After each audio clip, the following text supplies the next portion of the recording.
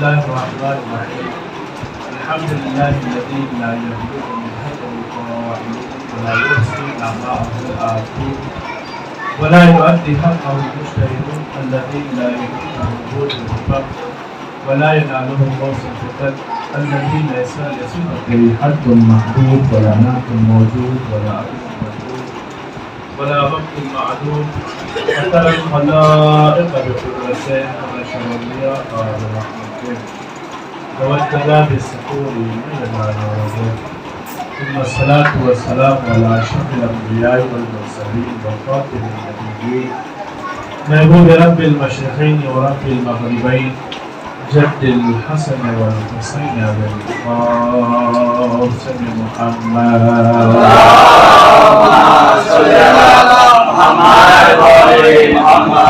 أهل بيته الطيبين الطاهرين المعصومين المظلومين والآلة الدائمة ولا دائهم أجمعين من الآن إلى قيام يوم الدين أما بعد فقد قال رسول الله صلى الله عليه وآله وسلم إن الحسين مصباح الهدى وسفينة النجاة. ایک صلوات کی محمد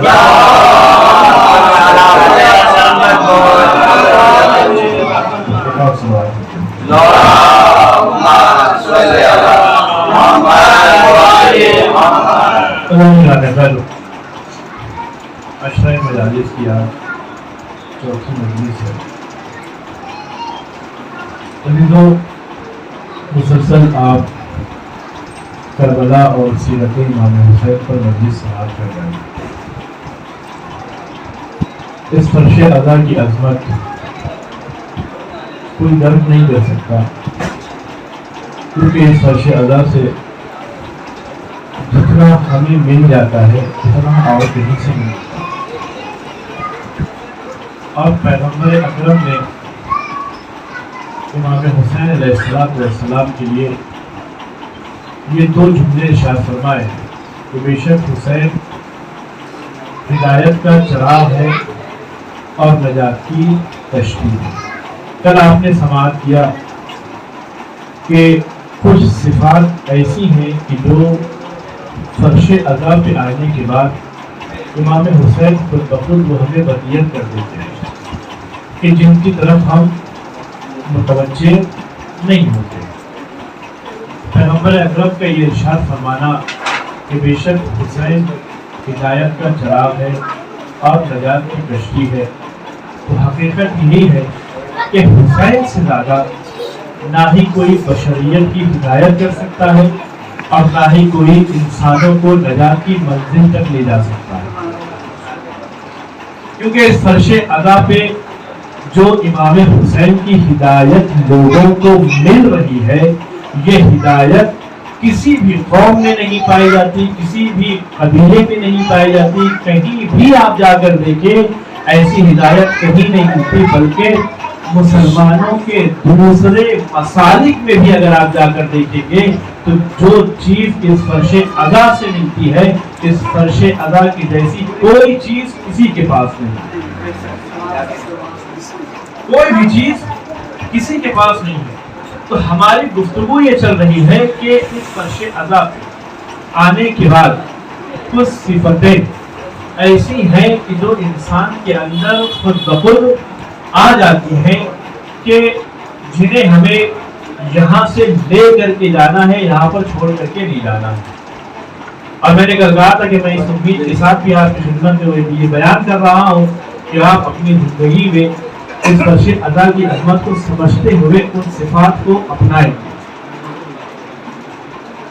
تو وہ صفات کون کون سی ہے؟ متعدد صفات ہے. کل آپ کی خدمت میں ایک صفت کا ذکر کیا گیا کہ انسان کے اندر اپنے آپ کو دوسروں سے آگے بڑھنے کا جذبہ پایا جاتا ہے کہ ہم دوسروں سے بہتر رہیں، دوسروں سے آگے رہیں. لیکن جب انسان اس فرش ادا پر آتا ہے تو یہ جذبہ انسان کا ختم ہو جاتا ہے. دوسری صفت کیا ہے کہ جو اس فرش ادا سے امام حسین نے ہمیں دیا ہے؟ مولائے متقیان امیر المومنین حضرت علی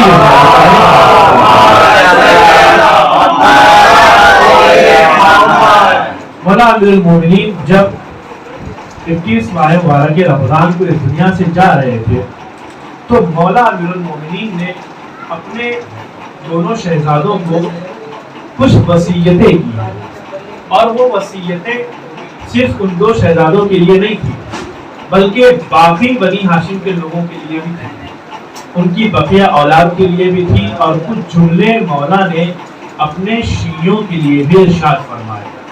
اور چونکہ وصیت کی اپنی الگ اہمیت ہوتی ہے، اور ہماری اور آپ کی زندگی میں بھی وصیت کی بہت بڑی اہمیت ہے، کیونکہ انسان جو ہے وہ اپنی پوری زندگی کا خلاصہ چند الفاظ کے ذریعے سے اپنے آنے والی جنریشن کے لیے قرار دیتا ہے۔ اپنے آنے والی، جب ہم اور آپ کے لیے یہ وصیت اتنی اہمیت رکھتی ہے تو اگر یہی وصیت کسی معصوم کی زبان سے نکل آئے تو اس کی اہمیت تو اور بھی بڑھ جاتی ہے۔ اسی لیے ہم ان معصومین کو مانتے ہیں کہ جو اپنے بعد اپنی امت کی ہدایت کے لیے وصیت چھوڑ کر کے جاتے ہیں۔ ہم اس رسول کو مانتے ہیں کہ جو وصیت چھوڑ کر کے جاتا ہے، اس رسول کو نہیں مانتے جو وصیت چھوڑ کر کے نہیں جاتا۔ اس رسول کے قائل نہیں ہے، بلکہ اس رسول نے اپنی وصیت چھوڑ کر کے گئی۔ تو اب مولا علی نے بھی آنے والے لوگوں کے لیے اپنی وصیت کر دی گئی، کن سے؟ اپنے شہزادوں سے، امام حسن مجتبی، امام حسین علیہ السلام۔ اللہم صلی علی محمد و آل محمد۔ مولا نے وصیت فرمائی، اور وصیت میں مولا کا ایک جملہ یہ تھا کہ جو آج کی صفت ہے اس فرش اعلیٰ سے ہمیں ملتی ہے۔ مولا فرماتے ہیں اوصیکما، میں تم دونوں کو وصیت کرتا ہوں بتقوی اللہ، کہ تم تقوی الہی اختیار کرو، ونظم امرکم، اور اپنے کاموں کو بالکل منظم طریقے سے انجام دو۔ اس میں جو مولا نے، اس جملے میں مولا نے جو یہ جملہ استعمال کیا ہے ونظم امرکم، یعنی اپنے امور کو منظم طریقے سے انجام دو۔ گویا یہ وصیت کر کے مولا نے اپنے چاہنے والوں کو بتایا ہے کہ دیکھو غیروں کے درمیان اور تمہارے درمیان فرق ہے۔ کیا فرق ہے؟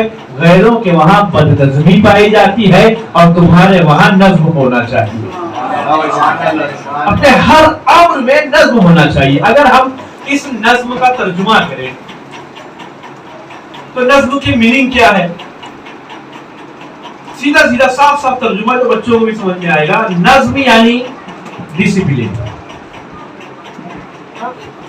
امام نے یہ چاہا ہے اپنے چاہنے والوں سے کہ تم اپنے کاموں میں ڈسپلن لے کر کے آؤ، ڈسپلن کے ساتھ، نظم کے ساتھ اپنے کاموں کو انجام دو۔ اب میں مثال آپ کو دوں تاکہ بچوں کے ذہن میں بھی یہ بات آ جائے۔ انسان کے بدن میں دو حصے ہیں، ایک حصہ سر ہے، ایک حصہ پیر ہے۔ موزہ کہاں پہنا جاتا ہے؟ پیر میں۔ ٹوپی کہاں پہنی جاتی ہے؟ سر میں۔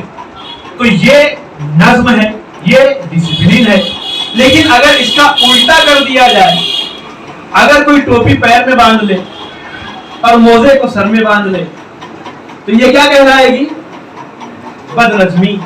کیونکہ یہ بدنظمی ہے، یہ ڈسپلن کے خلاف ہے کہ انسان جو سر میں پہننے والی چیز ہے اس کو پیر میں پہنے، جو پیر میں پہننے والی چیز ہے اس کو سر میں باندھ لے۔ یہ بدنظمی ہے اور نظم کے خلاف ہے۔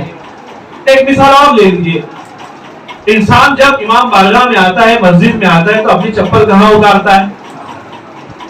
باہر اتارتا ہے۔ یہ ہے نظم، یہ ہے ڈسپلن۔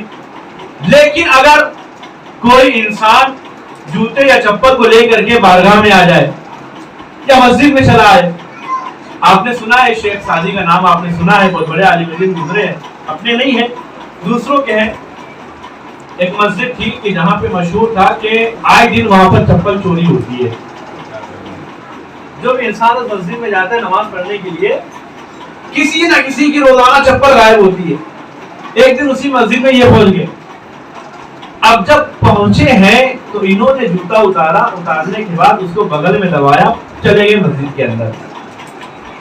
سائڈ میں رکھا اور رکھنے کے بعد اپنی نماز چالو کر دی.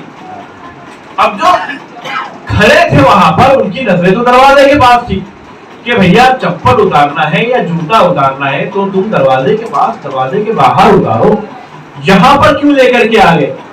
اب جیسے ہی انہوں نے دیکھا کہ شیخ سعدی نے اپنے جوتے کو ساتھ میں لے کر کے آئے ہیں تو ان کے پاس گئے کہ آپ اتنے بڑے عالم دین ہیں کہ آپ کو پتا نہیں ہے کہ یہ بات نظم کے خلاف ہے کہ انسان جوتے یا چپل کو اپنے ساتھ مسجد میں لے کر کے آئے. کیا آپ کو پتا نہیں ہے کہ جوتے کے ساتھ نماز نہیں ہوتی. انہوں نے کہا کہ بھائی جوتے کے ساتھ نماز ہو یا نہ ہو لیکن چپل چوری نہیں ہوتی. پر ایسے نماز نہیں ہو لیکن چپل ہماری سے. تو یعنی انسان کو اتنا بدنظم نہیں ہو جانا چاہیے کہ وہ عبادت سے ہی بے فکر ہو جائے, عبادت سے ہی غافل ہو جائے. تو اب یہاں تک میں نے آپ کو سمجھایا کہ نظم کسے کہتے ہیں, ڈسپلین انسان کو کے لیے کیا ہوتا ہے, ڈسپلین کے معنی کیا ہے, ڈسپلین کسے کہتے ہیں. اب آئیے کہ یہ ڈسپلین فرش اعلیٰ پر ہمیں کیسے ملتا ہے. آپ سب مجلس میں آتے ہیں, مجلسیں سنتے ہیں اور مجلسوں میں نعرہ بھی لگاتے ہیں. جو بڑے حضرات ہیں وہ تو لگاتے ہی ہیں لیکن جو ہمارے چھوٹے بچے ہیں وہ بھی نعرہ لگاتے ہیں. آپ نے اکثر جگہوں پر دیکھا ہوگا کہ چھوٹے چھوٹے بچے ہمارے وہاں اٹھ کے اشعار بھی پڑھتے ہیں اور نعرہ بھی لگاتے ہیں. آپ یہ بتائیے کہ کسی بھی مجلس میں کیا آپ نے یہ دیکھا ہے کہ انہی چھوٹے چھوٹے بچوں نے مصائب کے بیچ میں نعرہ لگایا ہو. بھائی بالکل آرام سے میں پہنچاؤں گا آپ تک. کیا آپ نے کسی بھی بچے کو یہ کرتے ہوئے دیکھا ہے کہ کسی بھی بچے نے مصائب کے دوران نعرہ لگایا ہو؟ نہیں. کیوں؟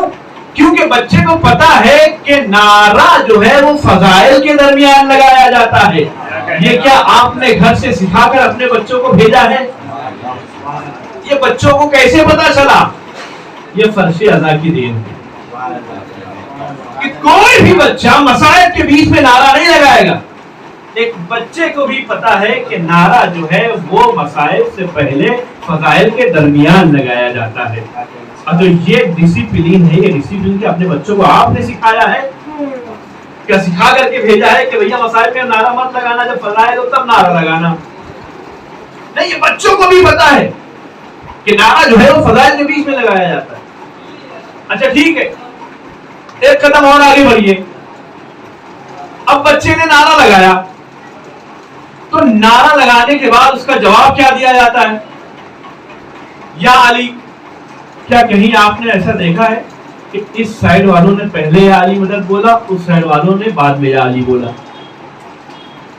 کیا آپ نے کہیں دیکھا ہے کہ کچھ لوگوں نے پہلے یا علی بولا, کچھ لوگوں نے بعد میں یا علی بولا؟ کہا نہیں. کیونکہ اس لیے کہ جب نعرہ کوئی لگاتا ہے تو اب یا علی کہیں گے تو سب نظم کے ساتھ ایک ساتھ کہیں گے. یہ چیز, یہ ڈسپلین آپ میں آیا کہاں سے؟ کیا کسی نے آپ کو سکھایا ہے؟ کیا کسی نے آپ کو سکھایا؟ نہیں, یہ فرش اعلیٰ کی دین ہے. اچھا ایک قدم اور آگے بڑھیے. جب مجلس تمام ہوتی ہے, سارے حضرات کھڑے ہو جاتے ہیں اور جب ماتم شروع ہوتا ہے تو ایسا کیوں نہیں ہوتا کہ کچھ لوگوں کا ہاتھ پہلے پڑے, کچھ لوگوں کا ہاتھ بعد میں پڑے؟ کوئی سلو موشن میں ماتم کرے, کوئی فاسٹ جو ہے ماتم کرے, کوئی جلدی جلدی اپنا ہاتھ چلائے, کوئی سلو سلو اپنا ہاتھ چلائے. کیا کبھی ایسا ہوتا ہے؟ نہیں. جب سب کھڑے ہوتے ہیں تو سب کا ہاتھ ایک ساتھ سینے پر جاتا ہے. یہ ڈسپلین جو آیا ہے یہ کہاں سے آیا ہے؟ اچھا ایک قدم اور بڑھیے. جو حضرات نوحہ پڑھتے ہیں تو 4-5 لوگ مل کر کے نوحہ پڑھتے ہیں. ایسا کیوں نہیں ہوتا کہ ایک کڑی ایک انسان آگے چل رہا ہو, ایک کڑی ایک انسان پیچھے چل رہا ہو؟ کیوں نہیں ہوتا؟ بلکہ جب نوحہ پڑھنے والے ایک ساتھ نوحہ پڑھنے کے لیے کھڑے ہوتے ہیں تو جتنے کھڑے ہوئے ہیں نوحہ خان جتنے ہیں وہ سب کے سب ایک ساتھ نوحہ پڑھیں گے, کوئی آگے پیچھے نہیں ہوگا. تو یہ ڈسپلین کہاں سے آیا؟ یہ اسی فرش اعلیٰ کی دین ہے. اچھا اب یہ تو تھی فرش اعلیٰ کی مثال. اب آئیے میں آپ کو ایک دنیا کی مثال دیتا ہوں, اور دیکھیں یہ صرف مثال ہے. میں آپ کو ایک نتیجے تک لے کر جانا چاہتا ہوں. جب تک میں نتیجے تک نہ لے کر کے آ جاؤں تب تک آپ اپنے آپ سے فیصلہ مت کیجیے گا. مثال کے طور پر ایک اسکول کا فنکشن ہے, بچوں کو انعامات تقسیم کرنا ہے, بہت بڑا ہال کیا ہوا ہے, اس کے اندر پبلک بیٹھی ہوئی. اب کسی بچے کو پکارا گیا, وہ بچہ پہنچا اسٹیج پر انعام حاصل کرنے کے لیے. جیسے ہی اس نے انعام کو ریسیو کیا تو اب ہال میں بیٹھے ہوئے لوگ اپنی خوشی کا اظہار کیسے کرتے ہیں؟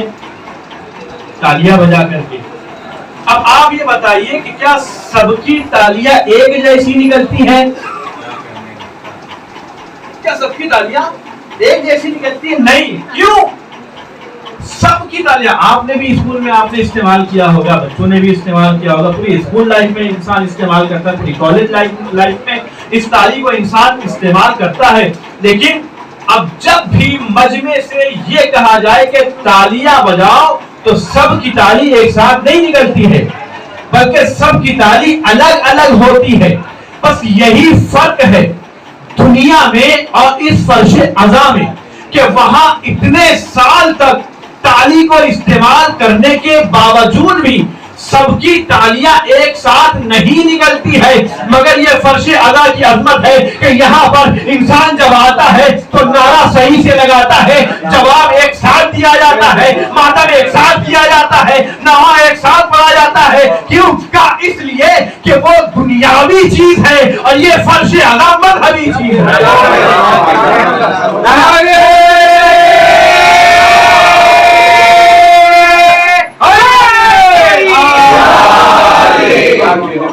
دنیاوی چیز ہے اور یہ مذہبی چیز ہے. لیکن عبادت کا تقابل کسی دنیاوی چیز سے نہیں کیا جا سکتا. تو یہ فرش ادا ہے کہ جو ہمیں ڈسپلن سکھاتی ہے. اور آپ یہ دیکھیے کہ ماہ مبارک رمضان میں کچھ لوگ ایک عمل کو انجام دیتے ہیں کہ جس کو عبادت قرار دیتے ہیں, جس کو عبادت قرار دیتے ہیں, جبکہ وہ 100% حرام چیز ہے. اب وہ کیا ہے وہ آپ سمجھ گئے ہوں گے, بولنے کی ضرورت بھی نہیں. ماہ مبارک رمضان میں بلکہ بعض جگہوں پر تو پہلے تو یہ ہوتا تھا کہ پہلے چھپتا تھا کہ یہ عبادت فلاں جگہ ہونے والی ہے, اب 15 رمضان تک ختم ہو جائے گی. پورا پلان ختم کرنا پڑتا ہے نا ان کو, 15 رمضان تک ختم ہو جائے گی. بعض لوگ لکھتے ہیں کہ یہ عبادت یہاں شروع ہونے والی ہے, 18 رمضان تک ختم ہوگی. بعض کہتے ہیں 22 رمضان تک ختم ہوگی, بعض کہتے ہیں 25 رمضان تک ختم ہوگی. اور اب لوگ ڈھونڈ کر کے جاتے ہیں کہ کہاں پر جلدی ختم ہوتی ہے, کہاں پر جہاں پر جلدی ختم, ڈھونڈ کے جاتے کہ جہاں پر جلدی ختم ہوتا ہے وہاں پر جائے. بھائی یہی تو فرق ہے ان کی عبادت میں اور ہماری عبادت میں. وہ پوچھتے ہیں کہ کب ختم ہوگی اور ہم پوچھتے ہیں کہ کب شروع ہوگی.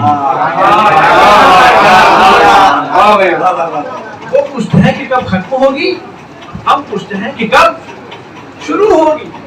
تو یعنی ان کی نظر انتہا پر ہے, ان کی نظر انتہا پر ہے. لیکن اہل بیت نے ہمیں جو درس دیا ہے وہ یہ دیا ہے کہ اپنی نظر انتہا پر ہی رکھو اور ابتدا پر ہی رکھو. کیوں؟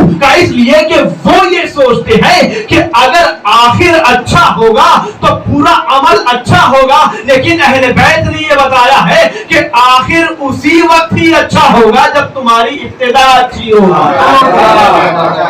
حسینیہ حسینیہ حسینیہ یزیدیہ کے تمام دشمنوں پر محمد سلمان.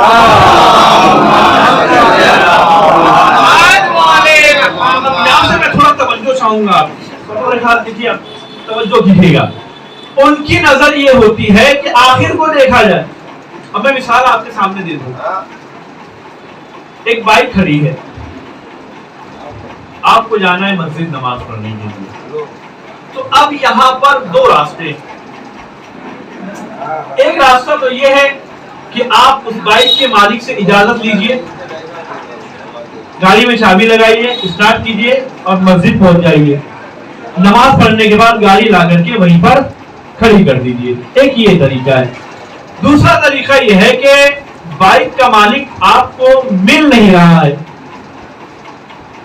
آپ نے ڈھونڈا کوئی نظر نہیں آ رہا ہے، آپ نے کیا کیا، کیسے بھی کر کے اس بائک کو استعمال کر لیا، چالو کیا، مسجد پہنچ گئے۔ اب مسجد پہنچنے کے بعد نماز پڑھی، نماز پڑھنے کے بعد واپس لا کر کے وہیں پر کھڑا کر دیا، تو اب جانا دونوں کو مسجد ہے، لیکن ایک راستہ حرام کا راستہ ہے اور ایک راستہ حلال کا راستہ ہے۔ وہ انسان کی جو مالک کی اجازت لے کر کے جا رہا ہے، اب چونکہ منزل اچھی ہے تو یہ اس کے لیے حلال راستہ ہے، لیکن اگر کوئی انسان یہ سوچے کہ منزل اچھی ہے، مالک کی اجازت نہیں ہوئی تو بھی چلے گا، خداوند عالم نے اس راستے کو اختیار نہیں کیا ہے بلکہ حلال راستے کو اختیار کیا ہے، تو وہاں یہ حالت ہے کہ وہاں یہ سوچا جاتا ہے کہ اگر منزل اچھی ہے تو راستے کی کوئی فکر نہیں، لیکن اہل بیت نے یہ سکھایا ہے کہ اگر تمہاری منزل اچھی ہے تو راستہ بھی اچھا ہونا چاہیے۔ شاید اسی لیے رسول اللہ تک پہنچنے کے لیے ہم نے اہل بیت کا راستہ اختیار کیا ہے، اب دوسروں نے رسول اللہ تک پہنچنے کے لیے ایسا راستہ اختیار کیا ہے کہ بس رسول اللہ تک پہنچنا ہے، اب چاہے پہنچانے والے کیسے بھی ہو، لولے ہو، لنگڑے ہو، گناہگار ہو، بس رسول اللہ تک پہنچنا ہے۔ شاید ان کو یہ نہیں معلوم ہے کہ اگر راستہ خراب ہوتا ہے تو وہ چلنے والوں کو بھی خراب کر دیتا ہے۔ صلوات بھیجیے محمد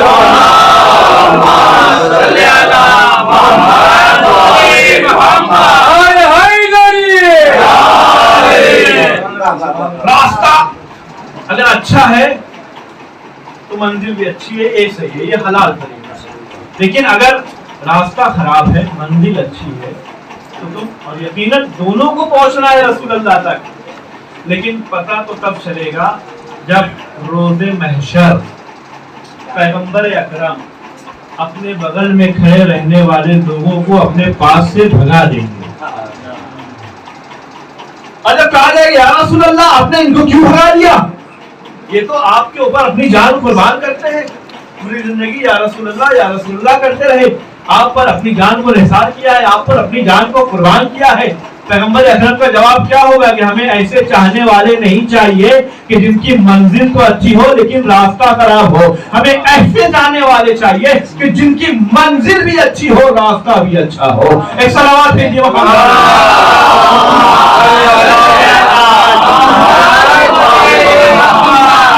جن کی منزل بھی اچھی ہو اور راستہ بھی اچھا۔ بات آ گئی ہے تو میں یہ بتاتا چلوں کہ 28 رجب جب امام حسین علیہ السلام مدینہ طیبہ سے نکل رہے تھے تو ایک اور شخصیت تھی کہ جو مدینے سے نکلی، جن کا نام ہے عبداللہ ابن زبیر۔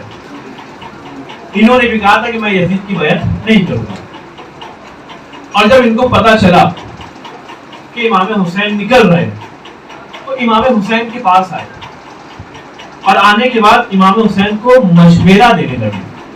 دیکھیے انسان کی اہمیت اپنی جگہ پر، لیکن کوئی انسان جو ہے وہ معصوم کا مقابلہ نہیں کر سکتا، اس کی اہمیت جتنی بھی ہے وہ سب اپنی جگہ پر۔ اللہ کے آئے مشورہ دینے کے لیے، حسین تم نکل رہے ہو اور ظاہر سی بات ہے کہ ڈائریکٹ کربلا نہیں جاؤ گے، ڈائریکٹ عراق نہیں جاؤ گے، یہاں سے پہلے مکہ جاؤ گے۔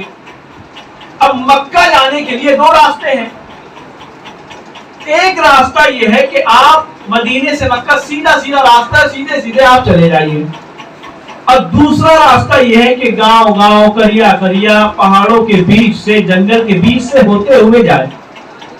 تو میں آپ کو مشورہ دوں گا کہ آپ کریا کریا ہو کر کے جائیں، گاؤں گاؤں ہو کر کے جائیں، پہاڑوں سے بیچ سے چھپتے چھپاتے ہوئے جائیں تاکہ دشمنوں کا کوئی خطرہ نہ ہو۔ امام حسین کا جواب وہاں پر وہی تھا کہ دیکھو تمہیں شاید پتہ نہیں ہے کہ میری منزل اچھی ہے، اور جب میری منزل اچھی ہے تو میں راستہ بھی اچھا اختیار کروں گا۔ مجھے چھپتے چھپانے جانے کی ضرورت نہیں ہے، مجھے دشمن کا خوف نہیں ہے، چھپتے چھپانے جانے کی مجھے ضرورت نہیں ہے۔ تو یہ جو ڈسپلن ہے، تو صحیح راستہ ہمیں ملتا ہے، وہ کہاں سے ملتا ہے؟ آپ دیکھیے امام حسین علیہ السلام نے جو ڈسپلن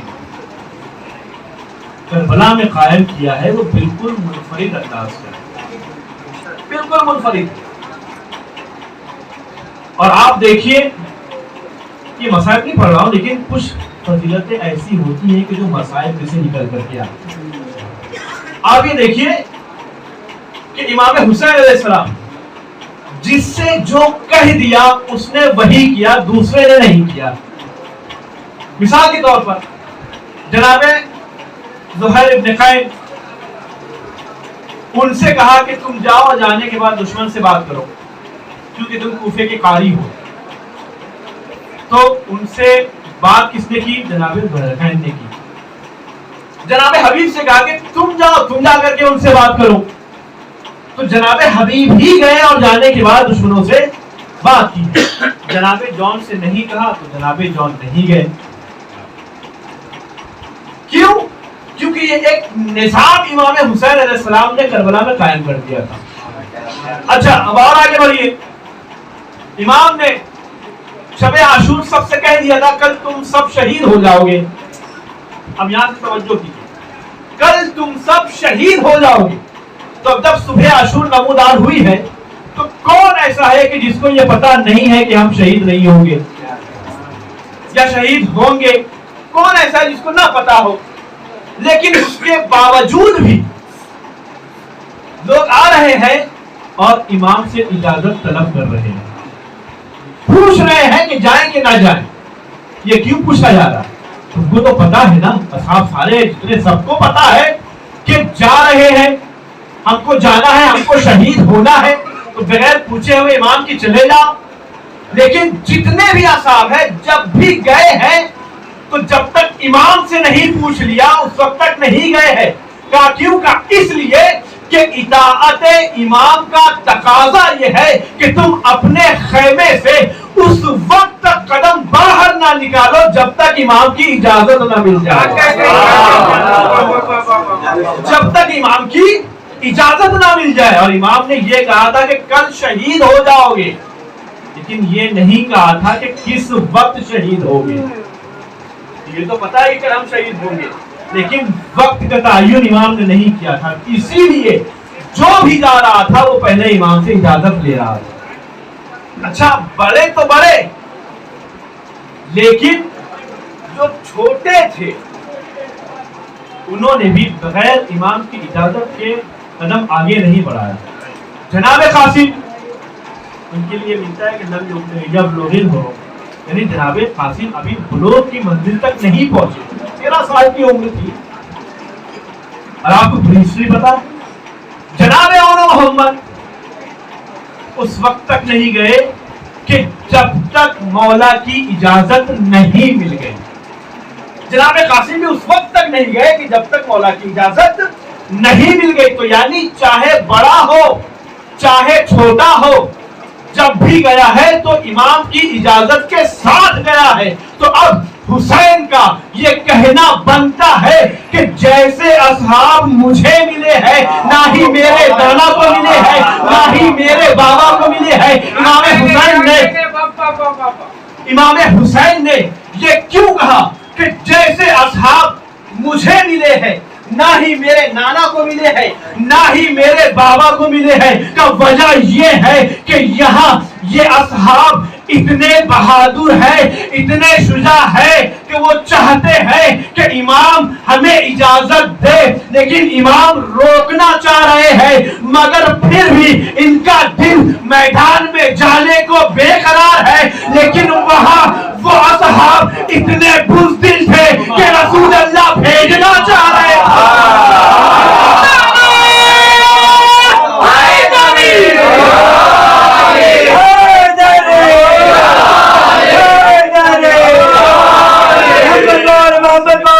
بلند سلوات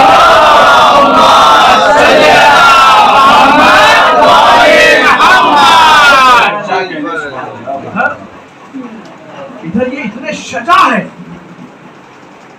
اور مولا روکنا چاہ رہے ہیں، مگر پھر بھی دل ہے کہ جو میدان میں جانے کے لیے بے قرار، لیکن وہاں وہ لوگ اپنے منزل بھیجنا چاہ رہے ہیں کہ چلے جاؤ پتا کر کے آؤ، لیکن لوگ جانے کی بجائے رسول کو چھوڑ کر کے بھاگ گئے۔ اچھا ایک اور چیز آپ غور کریں اگر تو شب عاشور مولا نے چراغ کو گل کر دیا تھا اور کیا کہا تھا کہ جس کو جانا ہو چلا جائے، مولا نے کہا تھا کہ نہیں کہا جس کو جانا ہو چلا جائے؟ لیکن آپ یہ بتائیے کہ کیا کوئی ایک بھی تھا کہ جو وہاں سے اٹھ کر کے گیا ہو؟ اچھا یہ بھی اعتراض ہوتا ہے، لوگ یہ کہتے ہیں کہ بھیا امام حسین نے چراغ کو گل کیوں کیا، چراغ کو کیوں بجھایا؟ امام چاہتے تو امام چراغ کو نہ بجھاتے اور کہتے کہ بھیا اٹھ کر کے چلا جاؤ، میں اجازت دے رہا ہوں۔ امام نے چراغ کو کیوں گل کیا، چراغ کو کیوں بجھایا؟ شاید اس لیے کہ کل کا مورخ یہ نہ لکھ دے کہ جو اٹھ کر نہیں گئے وہ امام کی شرم کی وجہ سے اٹھ کر کے نہیں گئے، کہ سامنے کائنات کا امام بیٹھا ہوا ہے، ان کے سامنے اٹھ کر کے کیسے جائے؟ لہذا کوئی اٹھ کر کے نہیں گیا۔ ابھی میں تعلیم بھائی سے کہوں گا کہ تعلیم بھائی جب مصائب شروع ہوگا تو لائٹس کو آف کر دینا، آف کرنے سے پہلے یہاں بیٹھے ہوئے عزاداروں کی گنتی کر لینا، جب مصائب ختم ہو جائے اس کے بعد لائٹس کو آن کرنا اور آن کرنے کے بعد پھر ان کی گنتی کرنا۔ آپ کو زیادہ مل جائیں گے لیکن کم کوئی نہیں ملے گا، آپ کو زیادہ مل جائیں گے لیکن کم کوئی نہیں ملے گا۔ کہا یہ کیوں ہے؟ کہا اس لیے کہ اس فرش عزا کے مقام کو کربلا کے اصحاب نے اتنا بلند کر دیا ہے کہ احد کے میدان سے تو بھاگا جا سکتا ہے لیکن فرش عزا سے اٹھ کے نہیں جایا جاتا۔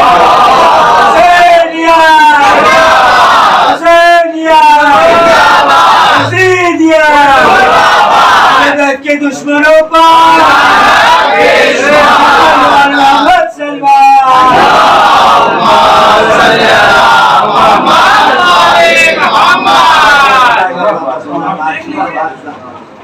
کربلا کے اصحاب نے اس فرش عزا کو اتنا بلند کر دیا کہ اب کوئی بھی، اچھا لوگ یہ اعتراض بھی کرتے ہیں کہ بھیا یہ مسائل کے ٹائم پہ لائٹ آف کیوں کرتے ہو، بند کیوں کرتے ہو، لائٹ چالو رہنے دو، مسائل ہونے دو۔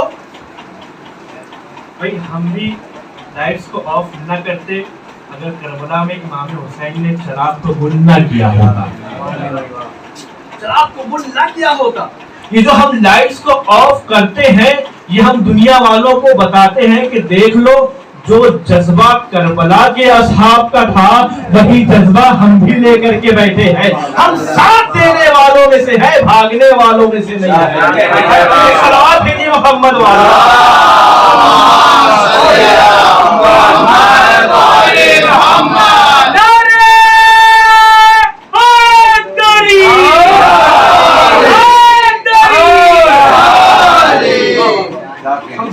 دینے والوں میں سے نہیں، بھاگنے والوں میں سے نہیں۔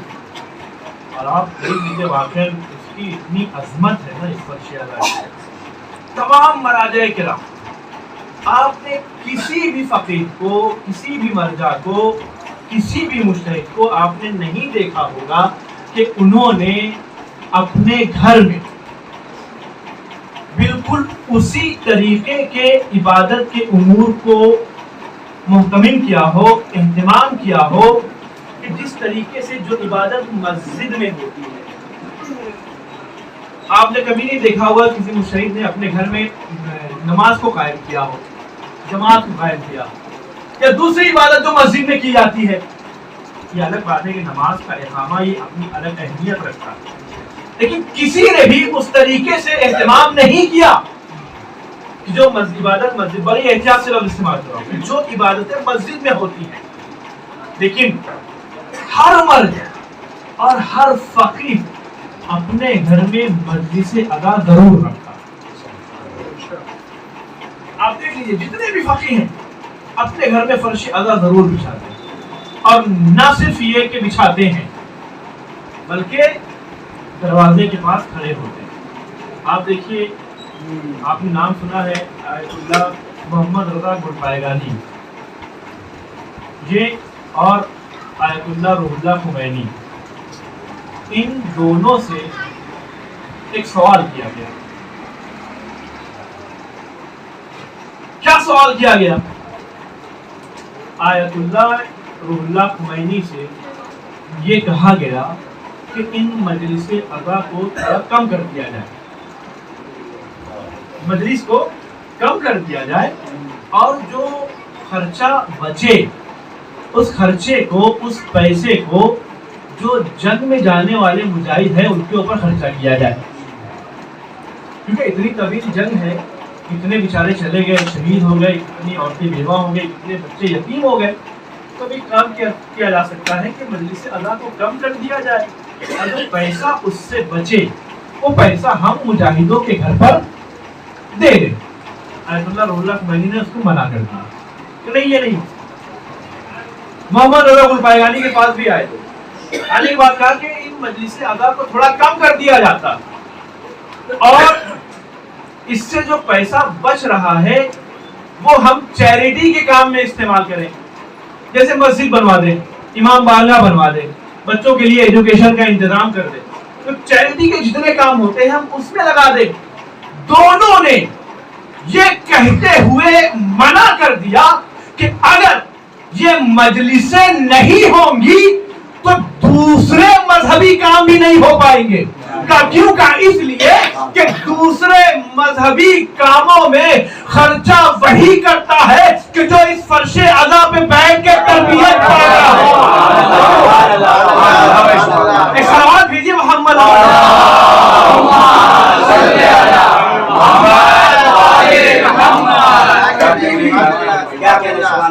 ذہن میں یہ خیال نہ آنے پائے کہ ہم مجلسوں کو کم کر دیتے ہیں، نہیں، آپ کو روزانہ مجلسوں میں اضافہ کرنا ہے، عزاداری میں اضافہ کرنا ہے۔ کبھی بھی ذہن میں یہ خیال نہ آئے کہ ہم یہ مجلس کرتے تھے لہذا ہم یہ مجلس کو تھوڑا کم کر دیتے ہیں، ہمیشہ یہ مجلس ہوتی تھی اس کو کم کر کے ہم یہ پیسہ کہیں اور دے دیتے، نہیں، اس کے لیے تم الگ سے محنت کرو، جتنا عزاداری پہ خرچہ کرتے ہو ہمیشہ اس میں اضافہ کرو، کبھی کمی مت کرو۔ یہ بات الگ ہے کہ کبھی کسی کے پاس میسر نہیں ہوا تو مولا جانتے ہیں، یہ بات الگ ہے، لیکن ہمیشہ مجلسوں میں اضافہ کرو، اور کوشش یہ کرو کہ زیادہ سے زیادہ مجلسیں بناتے رہو۔ کیوں؟ کیونکہ ان مجلسوں پر مولا حسین کی بہت نظر ہے۔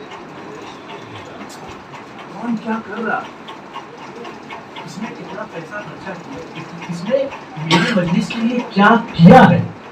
شاید کسی مجلس میں میں نے یہیں پر بیان کیا تھا کہ تبرک بھی اگر بانٹا ہے نا تو کس کوالٹی کا بانٹا ہے یہ بھی امام کے پاس لکھا ہوتا ہے، یہ بھی لکھا ہوتا ہے، کس ذاکر نے مجلس پڑھی لکھا ہوتا ہے، بانی کون ہے امام کو پتا ہے، کیا تبرک بانٹا ہے امام کو پتا ہے، کتنا خرچہ کیا امام کو پتا ہے، امام سب جانتے ہیں۔ اب ایک واقعہ میں آپ کو یاد سناؤں، اس کے بعد رفتے مسائل۔ بہت نظر ہے مولا حسین کی مجلسوں پر۔ آپ یہ دیکھیے کہ آپ نے ایران میں نام سنا ہے شیراز شہر، وہاں پر لوگ جو ہے وہ سبیلے لگایا کرتے تھے۔ آج جو ہم یہاں پر سبیلے لگا رہے ہیں، جو یہ کلچر ہمارے وہاں ہے، یہ ایران سے آیا ہے۔ تو وہاں پر بھی لوگ بڑے ہوں چھوٹے ہوں سب مل کر کے سبیلے لگاتے تھے، اور ہمیشہ یہ کوشش کرتے تھے کہ کم سے کم ایک مجلس اس سبیل پر ہونا چاہیے، ہمیشہ یہ کوشش کرتے تھے۔ اب کچھ بچے نوجوان ٹائپ کے بچے عمر میں کم ہے، انہوں نے ایک سبیل بنائی،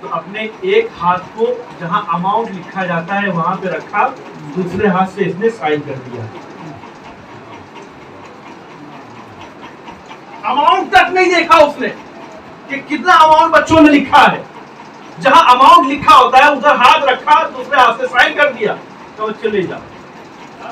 اب جب اتنا کہنے کے بعد وہ گیا تب ان کو سمجھ میں آیا کہ واقعاً یہ کتنا بڑا عاشق ہے امام حسین علیہ السلام, کتنا بڑا امام کا عاشق ہے.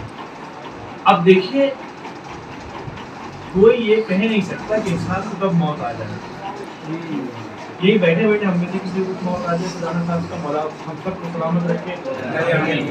مجھے پڑھتے پڑھتے مجھے موت آ جائے کوئی بھروسہ نہیں, کب کس کو موت آ جائے کوئی بھروسہ نہیں. یہ بات ہے 6 یا 7 محرم کی. عاشورہ آتے آتے اس شخص کا انتقال ہے. اسی عاشق امام حسین کا انتقال ہو گیا. اب 11 محرم آئی. ایک عزادار نے ان کو خواب میں دیکھا کہ بڑی اچھی خلعتوں کے ساتھ, بڑی اچھی حالت میں یہ آئے اس کے خواب میں. تو انہوں نے پوچھا کہ بھائی یہ آپ اتنی اچھی خلعتوں کے ساتھ, اتنی اچھی حالت کے ساتھ, یہ آپ کو کیسے ملا, کس چیز نے آپ کو یہ سب عطا کیا ہے؟ اس نے کہا کہ بھیا دیکھو میں تو تھا ایک ارب پتی انسان اور میرے لیے حساب دینا بڑا سخت تھا. ایک آیا تھا جو انسان جتنا بڑا پیسے والا ہوگا اتنا اس کو حساب دینا ہوگا. میں تھا ارب پتی انسان, کروڑ پتی انسان, میرے لیے حساب دینا بڑا سخت تھا. لیکن جب فرشتوں نے میری فائل امام حسین کے حوالے کی سائن کرنے کے لیے تو امام حسین علیہ السلام نے بغیر دیکھے ہوئے اس کی فائل پہ سائن کر دیا. فرشتوں نے کہا مولا اس کی فائل تو دیکھ لیجئے, بندہ گناہگار ہے, اس کی فائل دیکھ لیجئے. امام نے کہا کہ میری مجلس کے چیک پر سائن کرتے ہوئے اس نے اماؤنٹ نہیں دیکھا تھا, تو میرے کرم کے خلاف ہے یہ بات کہ میں اس کی فائل پر اس کے گناہ دیکھنے کے بعد سائن کروں. لے جاؤ, میں نے سائن کر دیا ہے, اس کو اجر یہ دیا ہے کہ اس کے اوپر سے برزخ کے عذاب کو اٹھا دیا گیا ہے. ایک صلوات کیجیے محمد.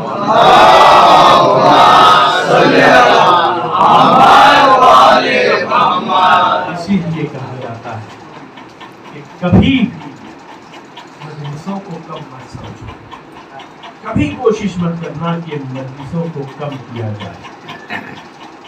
یہ بچے تھے نا, ان بچوں کو یہ کرنے کا حوصلہ کہاں سے ملا؟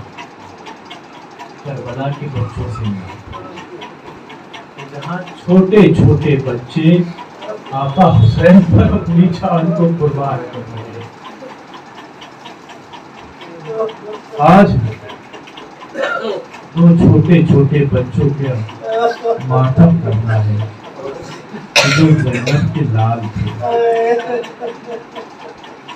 جنہیں زمانے والے اور محمد کے نام سے جانتے ہیں.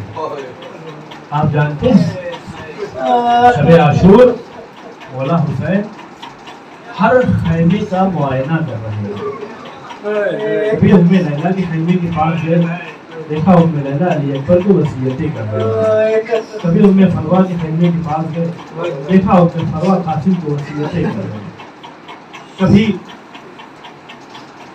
زینب کے خیمے کے پاس آئے, اور جب زینب کے خیمے کے پاس آئے تو کیا دیکھا کہ یہ زینب اپنے ہاتھوں سے بچوں کے بالوں کو سوار رہی ہے اور انہیں وصیت بھی کر رہی ہے.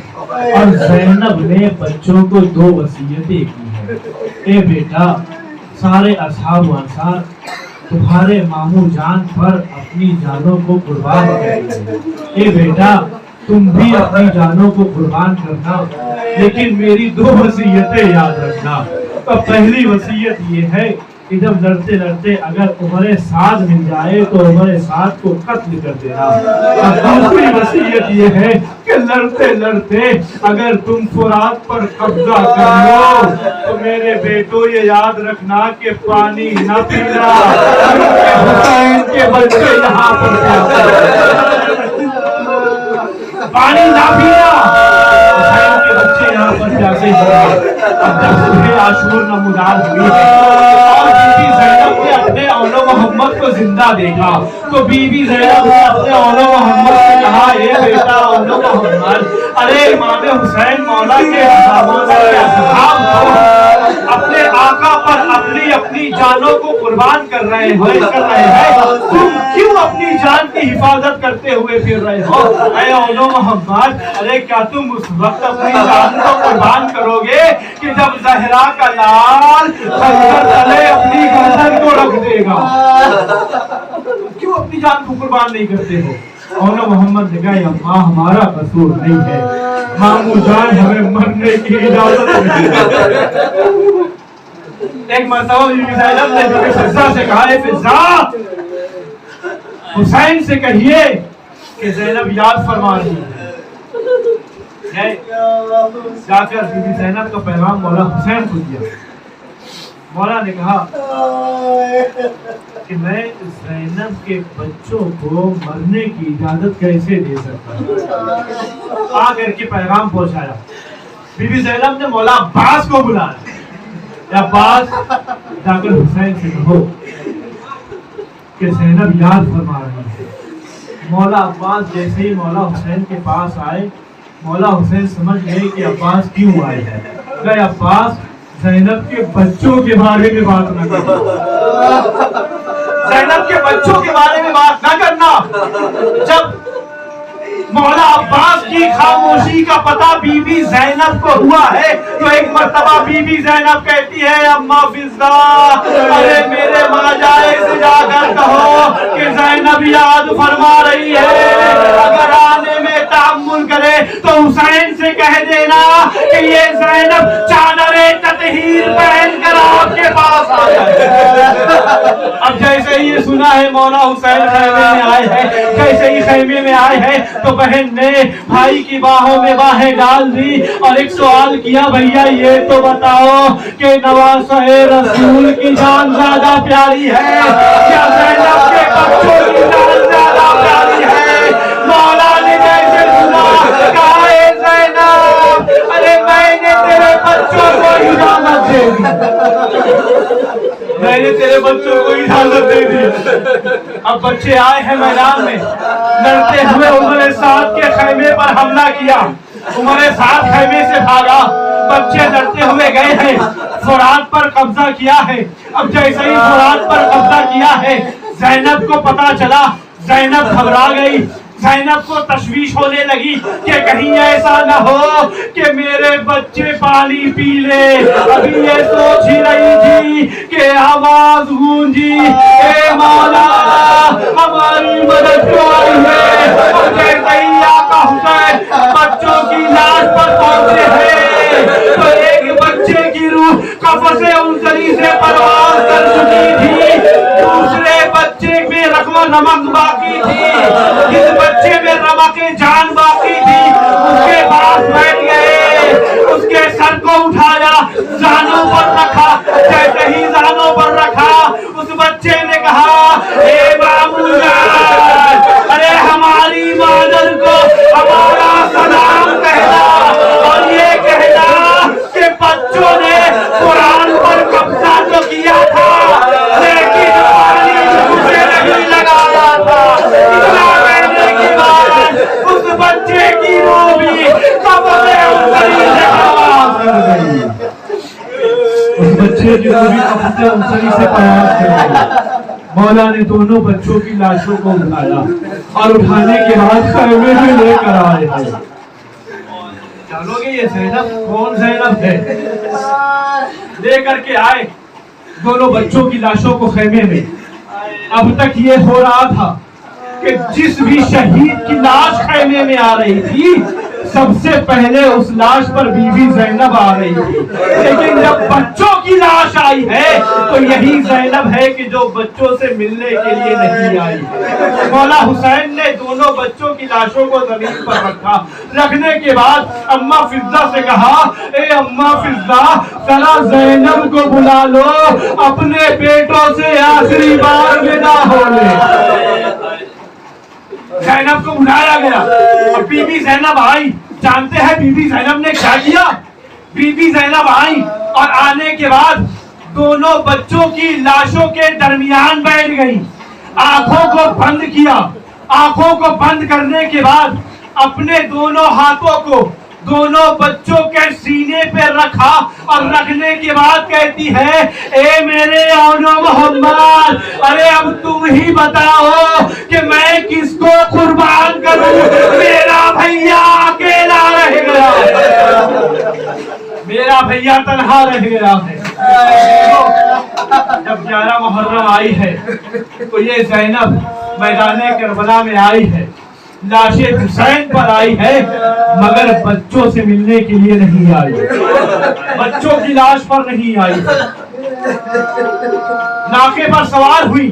اب آپ جانتے ہیں کہ ناکے کی پشت بلند ہوتی ہے, اس بلندی سے میدان قتال کی طرف نظر کی, دو چھوٹے چھوٹے لاشیں نظر آئے, چھوٹے چھوٹے لاشیں نظر آئے. ایک مرتبہ زینب نے آنکھوں کو بند کیا, کہا, اے میرے اولو محمد, ارے خدا حافظ, ماں تمہیں چھوڑ کر کے جا رہی ہے. وہاں سے نکلی, کربلا سے کوفہ, کوفے سے شام آئی ہے, اور شام میں جب ان کو رہائی ملی ہے تب شہدا کے سر آنا شروع ہوئے ہیں.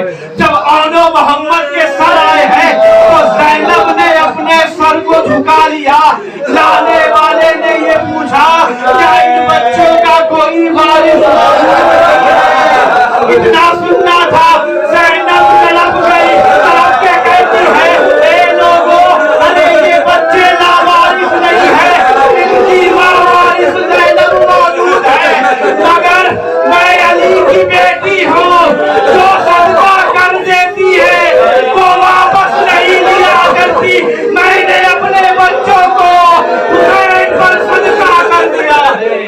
ابھی زینب وہاں سے نکلی, جہنم کے موقع پر کربلا واپس آئی ہے. سب شہداء کی قبروں پر گئی, لیکن اولو محمد کی قبر پر نہیں آئی ہے. جب مدینے واپس آئی ہے, روضہ رسول پر گئی ہے تو سارے شہداء کا مصائب پڑا ہے, لیکن اپنے بچوں کا مصائب نہیں پڑا. اماں کی قبر پر گئی ہے, سارے شہیدوں کا تذکرہ کیا ہے, مگر اپنے بچوں کا تذکرہ نہیں کیا ہے. بھائی کے گھر پر گئی ہے, مگر اپنے بچوں کا پرسہ نہیں دیا. مگر یہ زینب بھی تو ایک ماں تھی, ارے جب اپنے گھر میں داخل ہوئی ہے, کلیجہ منہ کو آ گیا. جب صحن میں داخل ہوئی, دو چھوٹی چھوٹی جانماز پر زینب کی نظر پڑی ہے. جانماز کے برس گئی, دونوں جانماز کو اٹھایا, اٹھانے کے بعد سینے سے لگایا, رو کر کہتی ہے, اے میرے اولو محمد, اب میرا جینے کا دل نہیں تھا, کوئی آئے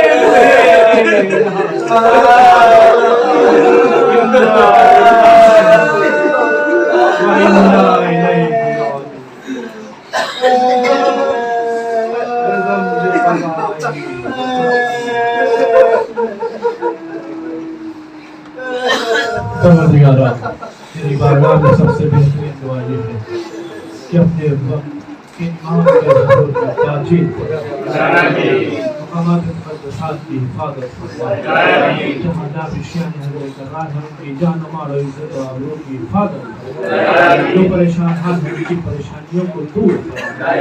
جو قرضات ہیں, ان کے قرض کو غیر سے ادا فرمائے. میں زیادہ سے زیادہ رضائی امام حسین پر پکڑنے کی توفیق عطا اور اس میں ہمیں خلوص عطا فرمائے. ریاکاری اور دکھاوے کو ہم سے دور فرمائے. وقت کے امام کے ظہور میں تعظیم فرما, ہم کو ان کے مخلص غلاموں میں شمار فرما. ربنا تقبل منا انک انت السمیع العلیم.